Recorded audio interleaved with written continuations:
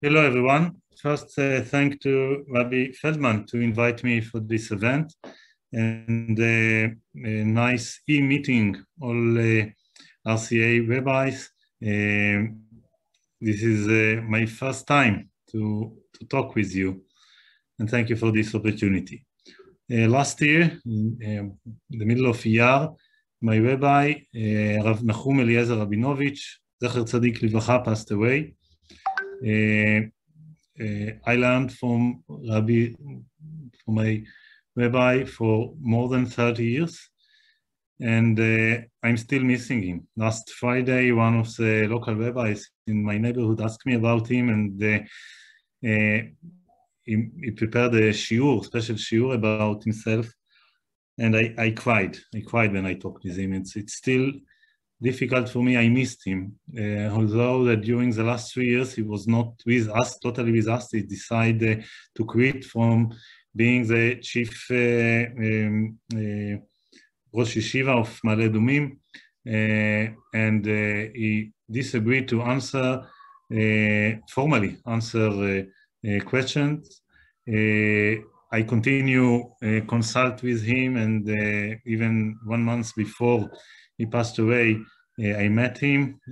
Due to the COVID restriction, it was not so easy. And I managed to show him Alexa, and he talked with Alexa, and I asked him about Alexa during Shabbat. Today, I will talk with you about his unique way in Psikat Halacha, what he taught us, his student, and what we are trying to do in these days when we don't have him anymore.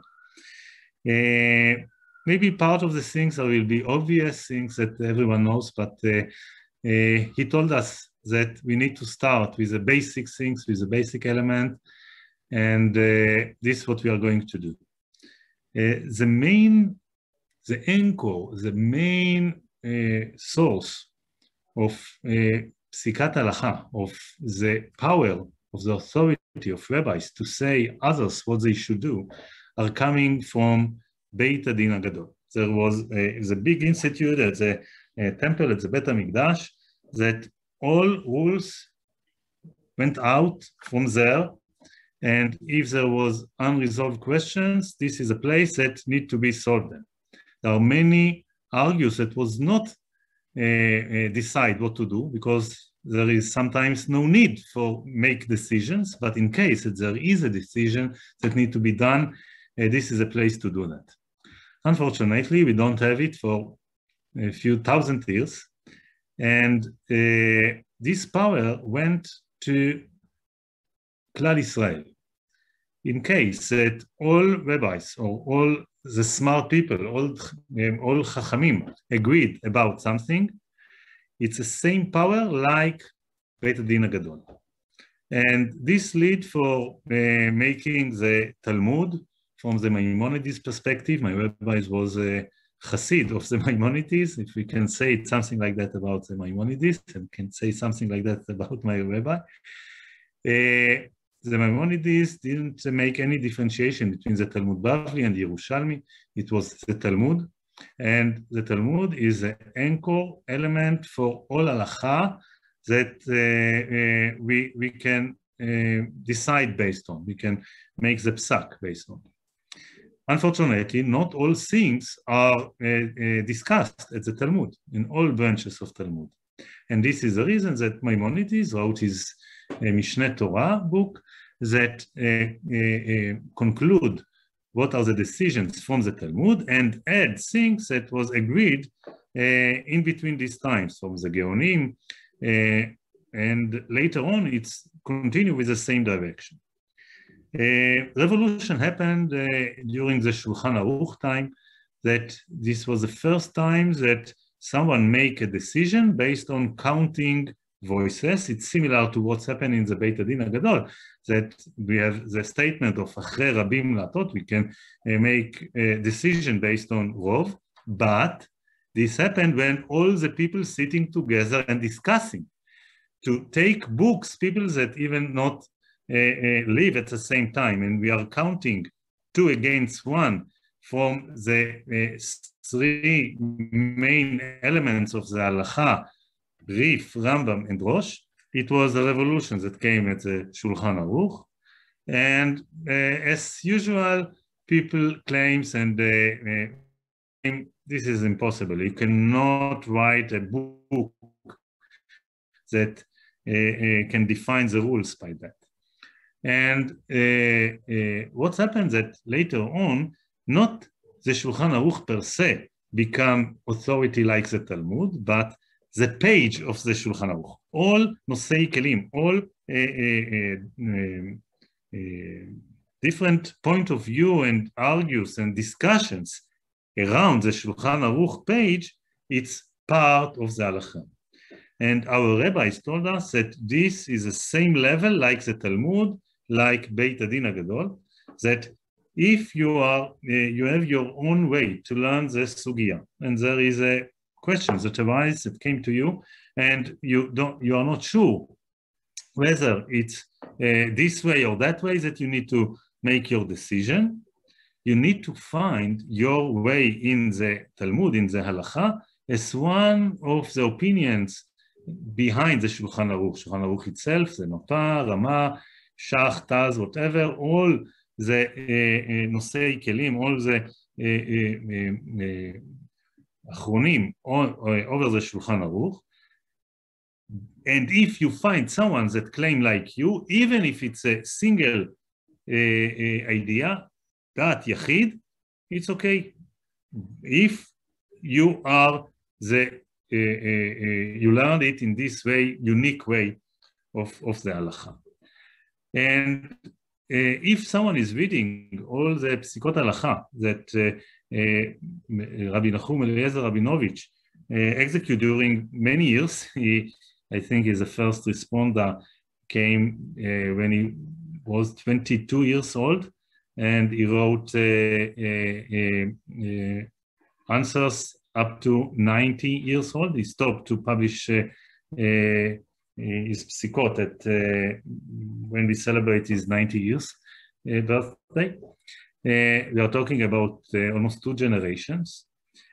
You can find that almost no names of Achronim are not appeared in his answers.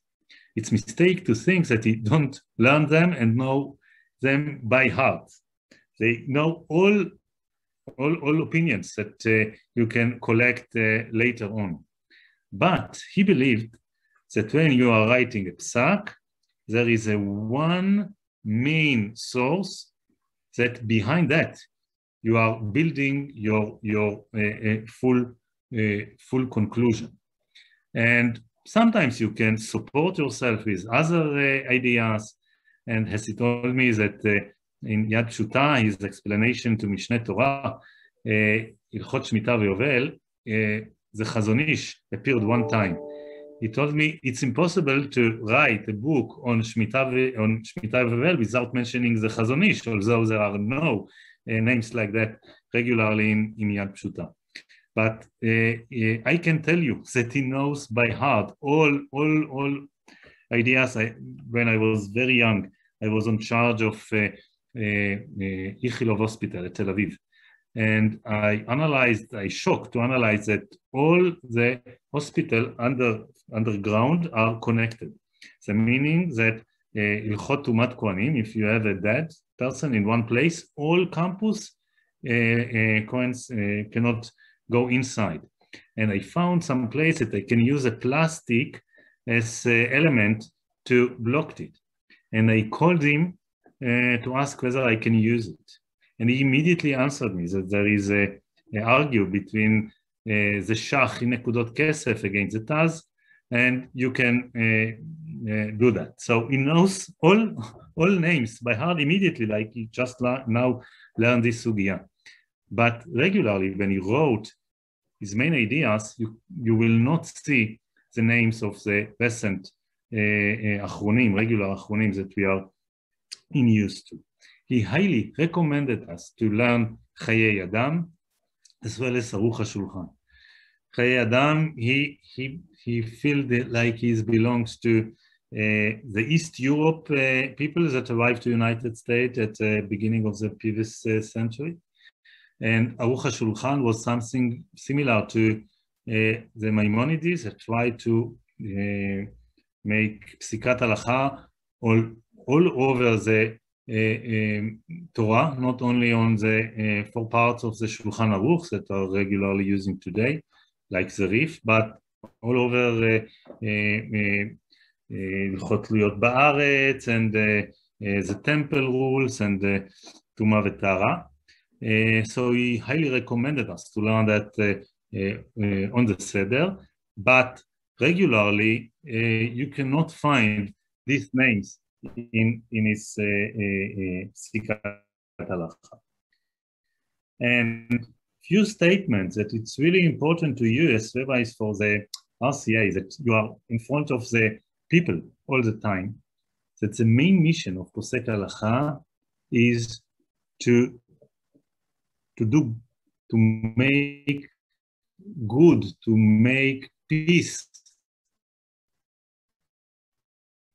to the people, community. The main mission that the Posek Halacha need to think in his mind, what will make peaceful, what will make relax, what will make happy the people that asking me their questions. And it's an amazing statement. He wrote Mesilot Bilvavam. The book, it's still not in English. We are planning to translate it in these days. And his statement was, he had a special chapter about the position and the place of the Posek Halacha. And he wrote that his main mission is to make peace and to make the people that asking him asking his question, relax and happy. And it's something that I never heard before from Posek Halacha. You need to find the truth, you need to teach Torah to your community, very important things, but to make them happy, it's really, really surprising statement. And he repeat about that 3 times in this chapter. And one of the very uniqueness way to do that you need to understand the real situation before you are making your decision.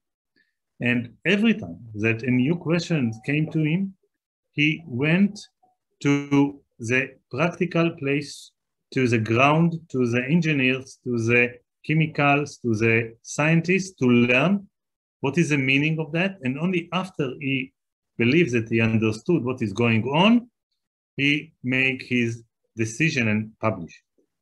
And sometimes very small changes, small differentiation, it's a real situation, it can make totally opposite answer to the questions, similar questions that you are getting. And this is something that he knows, that there are things that you are going to publish, there are things that you are telling only verbally, and there are some times that you should not answer these kind of questions. And small changes can make asur to mutar and vice versa, and it's something that he repeat again and again. I can tell you that after I finished the exams in the Hilchot Nida, he told me, it was before I become married, he told me, now, you know, the theoreticians, now sit with me and you will get the practical way. And he got something like between 10 to 20 marot each day. And I remember at the beginning, I thought everything is red. We need to say everything tameh. And it's quite rare and unique that he said about one of the marot is tameh. And it's something that only after shimush, practical use of a giant like him, you can understand what is the meaning of making rules for others, and what is the influence of the mentor from our mouth to the real life of people. As you are very practical guys, and Rabbi Roy Feldman asked me to give you some practical tools that we can learn from this amazing person that just left us. I would like to give you 2 examples of his direction in real life, and how he used all his knowledge and deep understanding in the Talmud and Poskim, and how to translate it to real practical life of Psikat Halacha. And the first topic is about how we are using science when we are facing a new question. And this he wrote a paper during the 80s, and it came following the amazing finding of the DNA sequencing and the way to really something that makes revolution in our life, or personalized medicine from one side, and on the other side that you can be in high certainty to know who is the father of one of the kids that you have a question about that.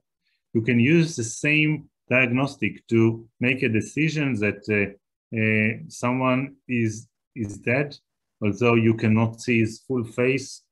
You cannot להעיד על הפרצוף והחותם, you cannot say that the full face, including the nose and the mouth, it's belong to this person, but you have high certainty that this came from this person due to DNA, and by that, in the crisis of the Teomim, of the Twin Towers, 1911, the great poskim decide to say that this is Almana and not Aguna anymore. But on the other side, the same test can define that someone is not the son of some other guy. And this leads for people and big rabbis to say, yes, we should use that. And in case that we will find that in DNA sequencing, in no way that this son belongs to this father, and you can say, let's say it's 99.9% that who is his father, and in this case, he should be a mamzer. My rabbi claims, no, you cannot use something like that. And the reason is that we have rules that are independent on science. And taking statement like that from a person that was a PhD in mathematics and acted as professor in London. And he said, yes, we know science is amazing, but sometimes it's totally indifferent to our life in halacha. It's amazing statement. And the question, it's $1 million questions. When the question it's on science domain, and when it's on the halacha domain, it's really big question mark that it's depend on the abbreviations or definitions.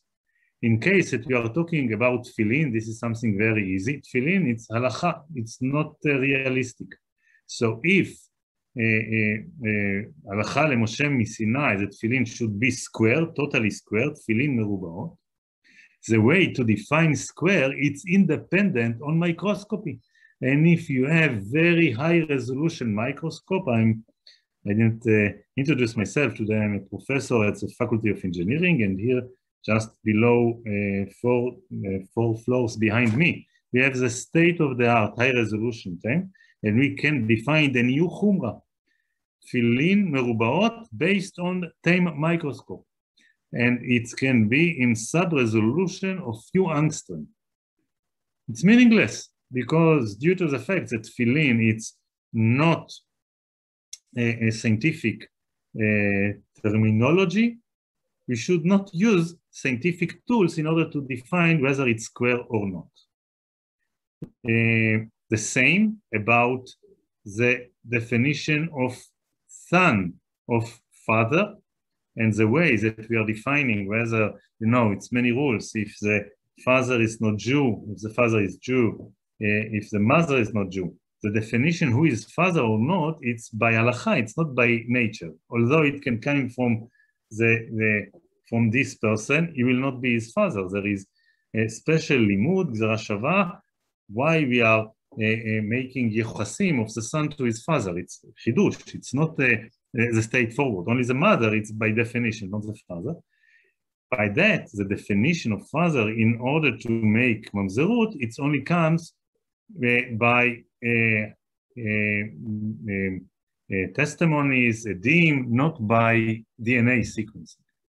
On the other hand, same question dealing about pikuach nefesh, about rules of what is the situation, what is the real question about these elements. For example, something that I did a few years ago, absorption of materials based on chalav and basar. We know that a new state-of-the-art pots are not absorbing anything. It's quite rare that they are absorbing. And following that, maybe we can use the same pot for milk and meat. No reason to separate between them anymore. And there was one of the rabbis in Israel that, following our research, that we really proved by different directions, pH and fluorescence and other scientific tools, that the absorption of Nirosta tools, of special metal tools, it's much lower than 1 to 200. And following that, one of the real big poskim in Israel said, yes, in case that other two will join me, we can release about this kind of pots that they can be used for milk and meat together. And this is revolution. And I remember when I did my master degree, I learned about different materials can absorb or cannot absorb. And I was shocked that I learned that all metals that we know that kebo lo kach polto, that we have ways to clean it, it's impossible to totally clean these tools. But cheres tools can be totally cleaned. I was shocked. I just finished the Suveter exams, and it was the opposite what we know, that clay cheres and laim tara olamit we cannot use for Passover the same tools in the chametz and for Passover. But metal we can doing some process, agala, libun, depends on the wet or with water, and to clean all of these elements. And no mobile phones in these days. I just went out from the class and called my rabbi from the phone at the office. And he asked me, okay, go back to the class, ask the teacher, what is a way to clean, to totally clean this kind of cheres? And I went back to the class and then I understood everything. Yes, it's possible to clean it, but you need to have very special conditions. You need to have a vacuum, few minus store. You need to have a special chemical materials that totally clean that. It can be some kind of salt and other chemicals that will not exist in the desert, in the temple. It's very state-of-the-art, unique reagent, and you need to do some other processes. But metal, while you are washing it, 80% goes out. If you are boiled it, additional 10%. If you are using hard device to clean it, 98%. This is correct. You cannot arrive to 100%, but 99.2% it can be achieved by home conditions. And this is amazing understanding that the Torah are not looking for the one single molecule that stuck there. They don't care about that, even in Passover. In case that you can do in home conditions something good enough to 100%, it's fine. And even if you can clean something totally, but it's not practically used for everyone, you cannot use it anymore. And the gap between scientific conditions and halacha, it's amazing that you can define when you are using it and when it's out of scope. You are trying to understand what is behind, what are the scientific behind, but you are not jumping to conclusion just because you have a new way to analyze the scientific question. And the second example, it's something that combined other things that I mentioned before, is what we are going to do with Shabbat and all state-of-the-art electricity machines that you have in this days. And its main idea was that it's impossible that you will have a smart home and smart building and smart city, that you can use it from Sunday to Friday, but on Saturday you need to go out of the city, build your sit on carpet and be lonely. Otherwise you will make some electricity reactions and electricity things. It was something that was totally unacceptable from his point of view. He said this is Oneg Shabbat. In case that we can make fresh food on Sunday, Monday, Tuesday, Wednesday, there is no reason that it will not happen on Saturday as well. And as others saw things as a threat, as who knows what is going on to happen, he said, no, this is our potential to have best conditions to make relaxed on Saturday, on Shabbat. And this unique point of view came from his rabbi, Harav Enkin, that he was a pioneer that defined the rules of, we are talking about 60, 70 ago of refrigerator, why it's totally okay to use refrigerator, even the old ones with the old thermostats that when you are opening the door, it will immediately start. There was no problem with this. And another giants, another Geonim from Israel, Rabbi Shlomo Zalman Auerbach, they claim similar things. And we are talking many years before that electricity was used mainly for manufacturing, and it was mainly correlate with Isurei Deoraita of Chilul Shabbat. If we are talking about Gechelet Shel Matechet, fire, burn, cooking, all real one of the 39 Savot Melachot.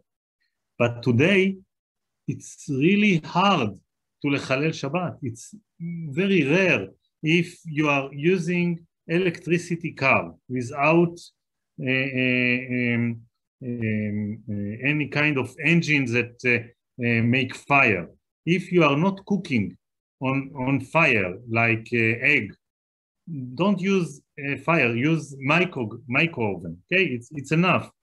And don't write by pen, only type on the computer. We are taking all levels of from the Oraita to the Rabbanan. And then you are starting. It's very important for Gerut. It's incredibly important if someone is really doing main fouls on Shabbat, or it's something that you can explain it in this way or that way. But he talked about things that will work automatically. He got a honorable PhD, Dr. L'Shem Kavod from Bar Ilan University a few years ago. It was the same time with Rabbanit Henkin, Chana Henkin. It was amazing, the meeting between them. I was a witness for this event. And he gave a pitch, he gave a lecture about autonomous system on Saturday, mainly about systems that will be operated by thinking. And this is what I just mentioned at the beginning of my talks, that during the COVID, I brought him Alexa machine, Amazon machine, that he just asked her when is the sunset in Ma'ale Domim, in Mitzpeh Nevo, and what is the time of Shabbat, entering Shabbat. And she didn't answer correctly. He claims that Shabbat entered before due to the position of Ma'ale Domim, and Alexa, for some reasons, measured it as horizon, not as the real local position. Never mind about that, but he make a test for her what she will say about entering Shabbat at this place. But he told me, as he said every time, wow, it's just Masek Shafim, it's like magic. It's not real what is happening. And he say, why not to use it on Shabbat? We are not talking about using it to boil water or to cook. We are just want to ask Alexa what Maimonides is saying on Ilchot Yesodat Torah, chapter 4. This is what we want to ask him instead of going to look for this book. If we can do it on Wednesday, why we cannot do it on Saturday? What is the difference? And main thing is to make good, to make relax, to make peace. And this was the main motivation of our rabbi at the perspective of Psikat Halacha. He wrote Mesilot Bilvavam, and I'm highly recommending you to read this book. But he was a giant not only on Psikat Halacha and Yad Pshuta on the explanation of the Maimonides. He was really a deep thinker and philosopher. And he was someone that I really feel that when he is making the psak, it's not like me that I'm learning, reading, and trying to understand what God is asking from us. It's coming from perspective from in out. He was part of the Torah and he understood what is the main statement of this and what he need to tell in these circumstances. And this what he wrote in Mesilot Bilvavam, page 102. It's in Hebrew and I will translate it to English. לכאורה, אף התורה היא של הקדוש ברוך הוא והוא כופה אותה עלינו. The Torah is belong to God. And he forced us to fulfill it. נקראת תורתו, תורה דיליי שלו. At the beginning, it's called the God Torah, God Bible. And when, after we learned it, and we did hard, it belongs to Torah delayed, belongs to him. ציווי מן החוץ. אדרבה, כוח התורה ממצבץ ועולה מקרבו כמעיין המפקה. Someone that learned Torah is anymore not under forces that coming be out of the Torah. It's coming inside like, I don't know how to say Mayan, like water that sparkling out by themselves. והיא חיותו. אף הוא מוצא את מקומה בעולמו של הקדוש ברוך הוא, ומתקיים בו ושבתי בבית השם. And this is our life. And this put God in our world. And this is, by that we are fulfilling the statement, sitting at the home of God, Shivti bebeit Hashem. This is what I saw in my rabbi. When he make his Psikat Halacha, it came from the Torah itself. He explain you and all the time ask you what you think about that, what is your opinion, but at the end, he gave you the correct perspective and point of view, and you understood why this is the correct answer, why this is what Chazal wants us to do from the halacha itself. And I would like to bless each one of you. You are on front of that. You have the daily basis to fight and to argue and to make the halacha as a state of life for everyone.